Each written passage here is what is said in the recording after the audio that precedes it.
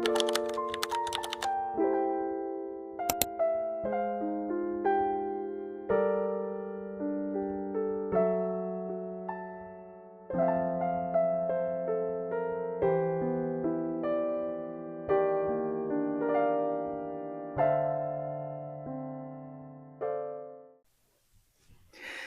my name is Virginia, and this is Dr. Borkeen Knits. This is my podcast that I thought I would start so that I could interact with the knitters on YouTube. So please like and subscribe and join my journey. So I thought it'd be fun to go over some of my really old knits. I am a knitter in the Pacific Northwest in Washington. And I've been knitting for about 15 years or so. And like everything with experience, you learn things as you go along. Things that really I had to learn the hard way, making mistakes and learning from those mistakes. And they are things that you can find online in knitting tutorials and other podcasts and books and things, and they're simple things, but nevertheless they are mistakes that I continue to make. If I really like a yarn and it's not the best choice for a particular project, then and I'm still going to try to make it work. But I have learned to avoid the biggest of these mistakes. So let's start with what I'm wearing. I am wearing the Ranunculus by Midori. And this is a demonstration on when you buy hand-dyed knits, skein to skein can be different. And you want to definitely try to get the same dye lot if you can, meaning in the same pan or the same knitting time or the same dyeing pans, so that you can get yarn that matches best. With this garment, I had a fingering from Chelsea Luxe yarns.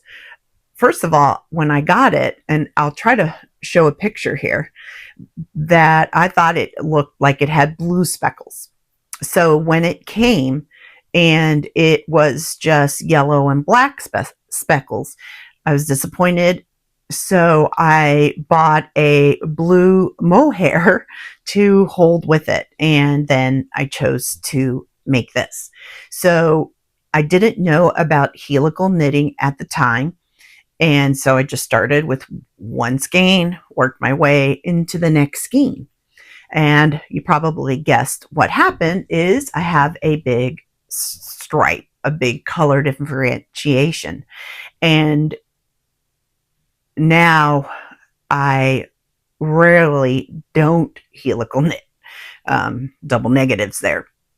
So meaning that I always know now to helical knit, and I try to do so as much as possible, especially with hand dyed. But even with manufactured yarn, you want to try to still get the same dye lot. So you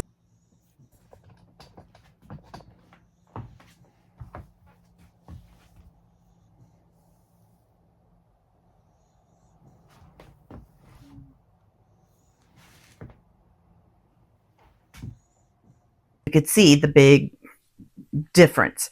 So I have another example of that. So I think this is like one of my second garments. So clearly I didn't learn on this garment because I've made this subsequent to that.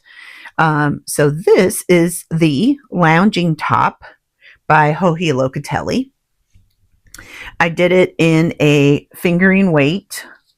I have one more skein here of hand dyed yarn that I just thought was so pretty. This is when I met the dyer behind Wanderluck Fibers.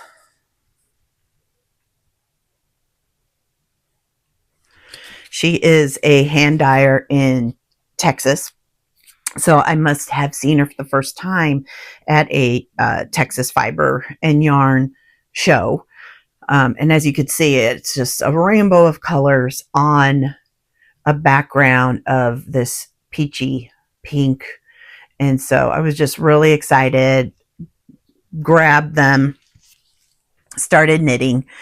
This is it's a fingering weight. It's called Confetti. It is 75% merino, 25% nylon. So sock yarn.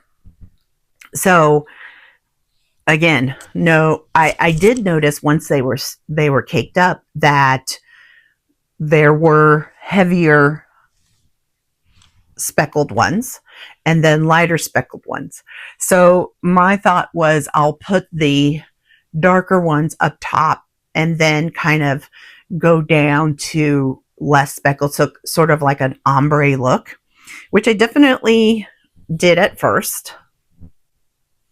Okay, you can see this side is extremely dark.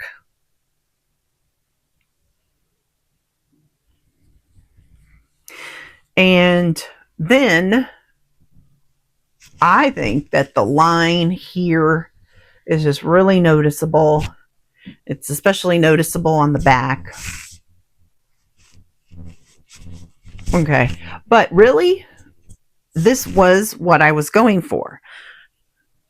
And then even to a lighter phase. But as you can see, this is where the problem was. I just started with the next one.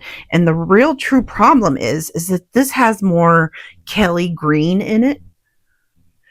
So versus over here where it's more blue and purples and some green. So this really, when it knits up, did not match the rest of the yarn. So I have had this, you could see that the end, I still have not weaved in my ends. And another thing that you'll notice with this, what I'm wearing, and actually all of the others, is I used to live in Texas. So everything I made was either a summer knit like this or short sleeves.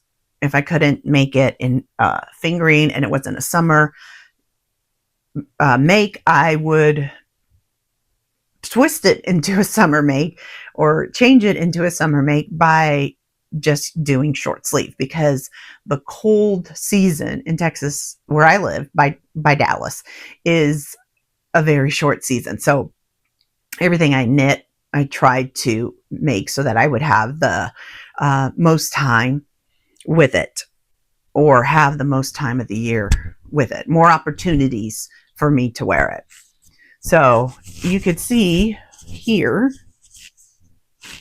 the Kelly green, and you could see here more of the, so this is not, the maker's fault. This is my fault for not helical knitting. So that was one lesson I learned. And so for all you newbies, when you buy hand-dyed yarn, it's expensive but gorgeous. And so you really want all that money and time to go into the project and get the most out of it and be happy with the final product. So here I have at least, 3 or 4 skeins of this hand-dyed expensive yarn, but I've yet to wear it. Okay. So we're talking years. Okay, so the next one is an example of knowing how the yarn and its makeup responds. So, for instance, rustic, more toothy yarn that has not gone through superwash process, it grabs onto the yarn. And so I've learned with time that it grabs onto itself, and so therefore it makes a very nice when you want to see the cables and the patterns. Okay. So in this case, I used a yarn from Kelbourne Woolens, and it's called Mojave. Mojave is it is promoted as a sport / DK. I think it's more of a sport, and it is a 2-ply, and it's 60% cotton and 40% linen. So what you can imagine is, and if you know that grows tremendously. So I'll pop a picture here of what the blouse is supposed to look like. So it is, definitely a loose, airy summer knit, and it's supposed to go, to your waist or so. And I will now post a video here of me wearing it, and you can see that it's just, in my opinion, really loose and too long, and it really grew. I'm talking like 6 inches or so after I blocked it and started wearing it. I did get to wear it on one trip that we made, but then after that it just continued to grow even without a further block, although I did end up blocking. So this is it here, and you can see the pattern, but I brought it to a yarn and knitting weekend, a retreat, and I thought I would definitely wear it because it was a May, and I knew it would be hot in Texas, and so I thought this would be perfect to wear because you want to wear hand knit and not get too hot. But I ended up not being able to wear this because I didn't bring the proper pants that would go with such a long garment. I have not gotten rid of it because I feel like I could use it as now instead of a shirt and a blouse, and to go with it, what I had envisioned in my mind. I could wear it as a bathing suit, just coverall, because it is cotton and it is linen. So the lesson I learned here is know your yarn, if it's going to bounce back, if it's going to stretch out too much, and really do your research in that before you get started, because otherwise you have something huge and long and overgrown, and it may be pretty, but it's not what you had envisioned in your mind. Okay, so this was this is the Shelley Summer Top by Nancy Ricci. Okay, the next one. Okay, so the next thing I learned was with this pattern here, this very popular Shifty by Andrea Mowry. So I wanted to make this along with many other people. This is made with spin cycle yarn, which, as you know, is a very expensive yarn. It's hand dyed, and they mill it themselves, and it is a perfect yarn for color work because it is more toothy and more grabby of its, more sticky to its other when you're knitting it. So it really holds its shape. However, I purchased the yarn and did it before Andrea Mowry reworked the pattern to avoid this problem. So I'll show it here with the video, and what you could see that the yoke is just so overdone, and it has all these bunches, and yes, if you clear them, it looks okay. But if you're going to wear it and it makes you self-conscious that you're constantly adjusting yourself. So you don't want that. So, all this is the example. This is what I did. That's the back. So all my favorite colors, pinks, purples, of course. But you do have to have some contrast. So that I did throw in green, which I really liked.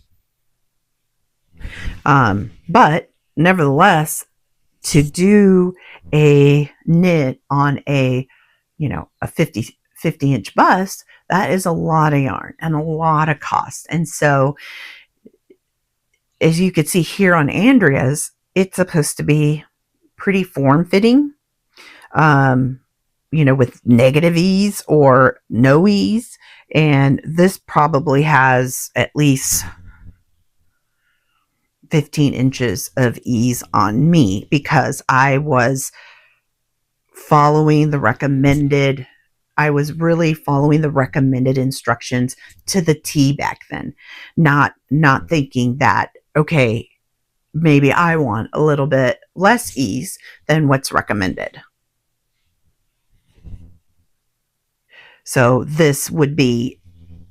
I did the 50-inch bust, but that, it says recommended ease is -2 to +2. And so this really should have, if anything, just a couple inches of ease. But look.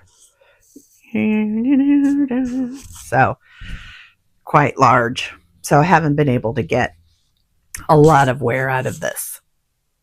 And I have thought about ripping it out. I don't think I would, because it's really hard when you have more of a toothy yarn like that, but it's such a waste. So lesson there is, and I've said this in previous podcasts, is that know what your final size is and try it on as you work these, especially these top-down garments where you can try it on. Sometimes it's harder with the bottom-up garments, but this one is top-down, I believe.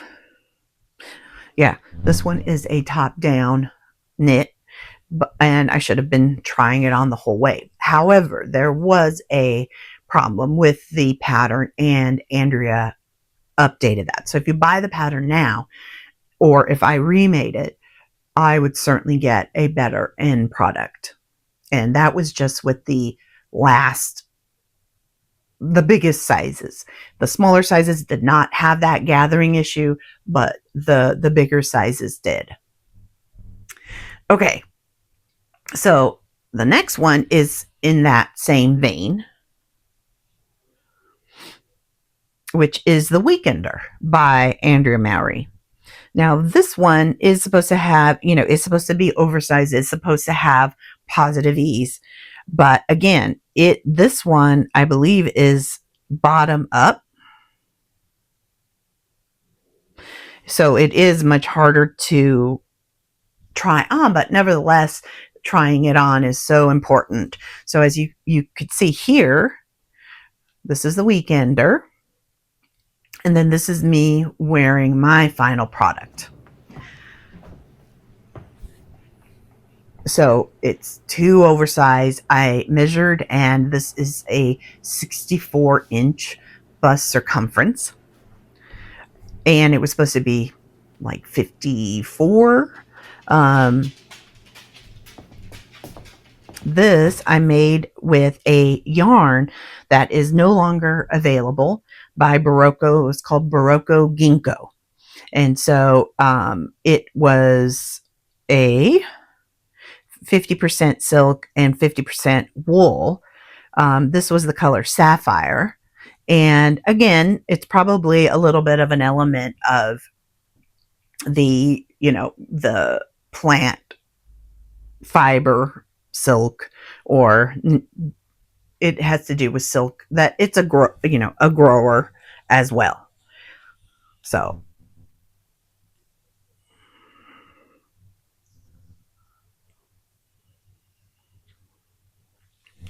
another thing that I did with this is that I learned with this that I often, no matter how good you think you're counting your stitches and you're in the round, just to make sure that the middle is the middle. So as you can see with this one, this line here is, well, I don't think you could see it because it's so big, but it's not in the middle. So when you put it on, it's kind of off to the side a little bit. So I do have it on my agenda one day to make another weekender with a different yarn, because it is in a worsted. You're supposed to do it in a worsted, and that's what this is. And so it'll be nice now that I'm here in Washington where it's a lot cooler. So my daughter now just kind of uses this as a lounging wear around the house. And so it certainly didn't, again, you spend all this time and money and you have a fail like this. It's kind of heartbreaking. Okay, so then the last one on my list is this Texture Time by Stephen West. So this is Stephen West's one of the first ones, if not the first one, of his mystery knit along, where he does this in October, and he gives you the suggested yarn, and every week he comes up with a clue that, so, and your goal is to try to keep up. And so this was one of my first ones. And the problem with this knit, that I have never worn it, and that has kept me from wearing it or using it, is all of these ends that have to be woven in.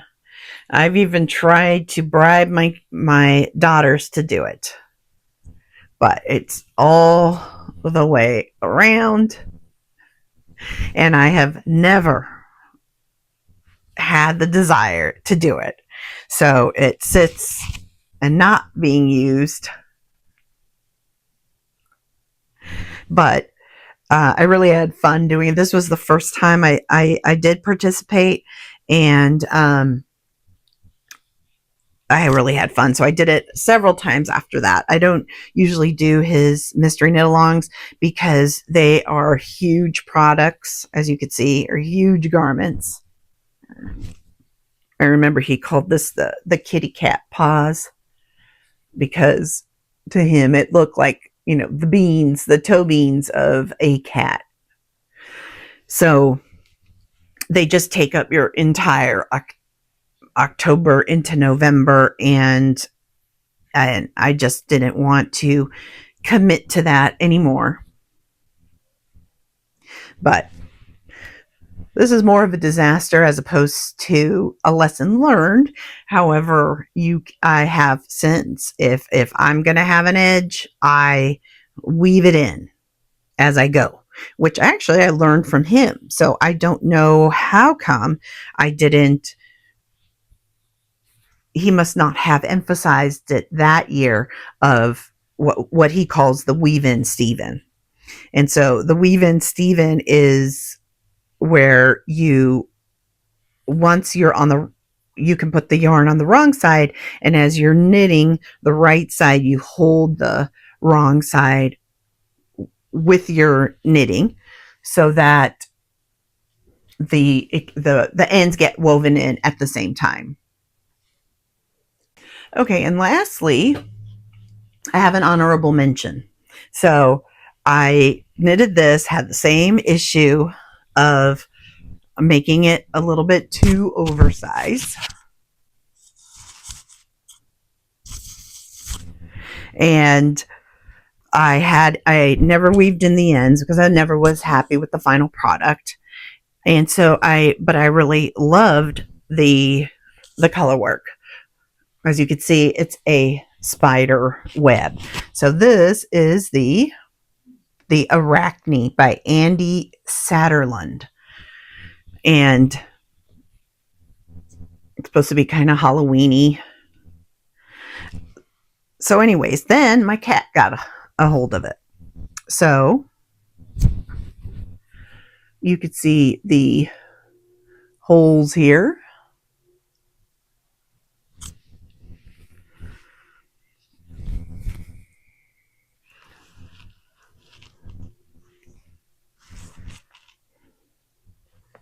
And there is holes everywhere.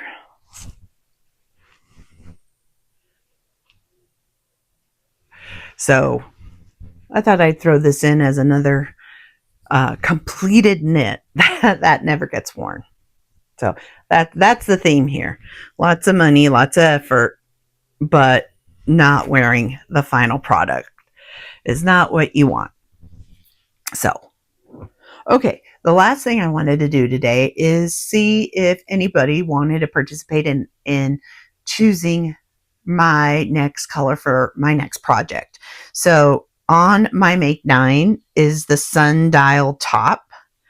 And this is by Iris Makes. And it's on my Make 9, and I want to start transitioning to some summer knits.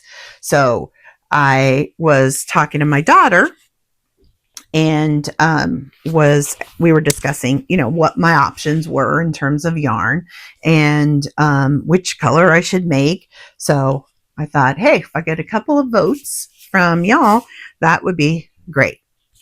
So again, this is made but with a fingering. So first is Chelsea Luxe. I've always loved this color.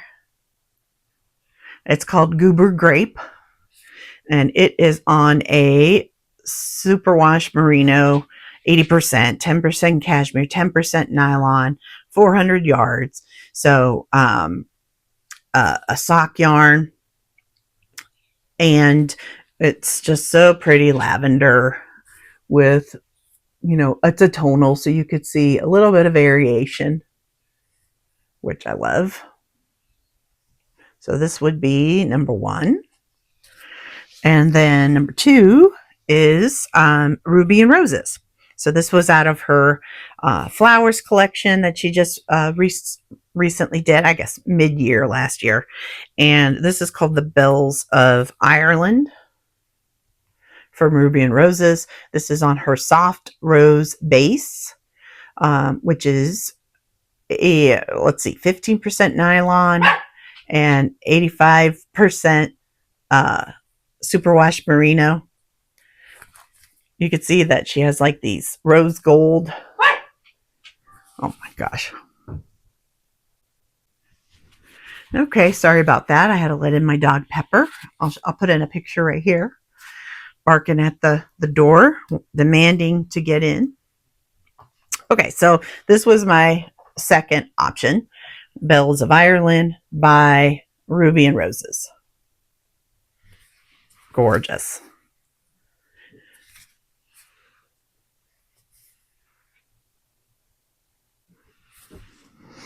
Okay, and then next is one that I bought at Flock last year.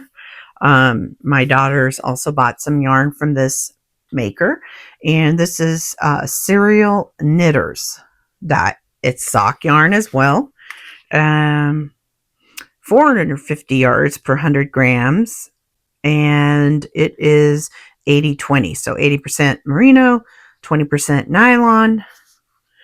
It is called Beyond Popsicle.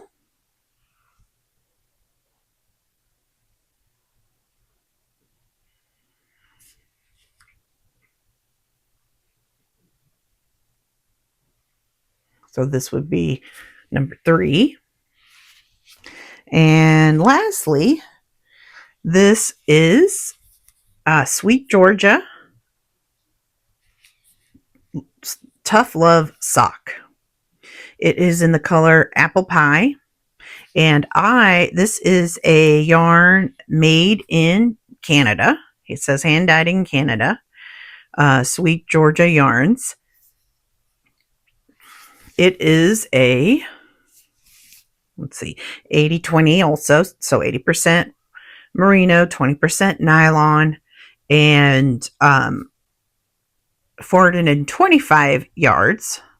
So also a fingering, a little heavier than the serial knitter one. And it is a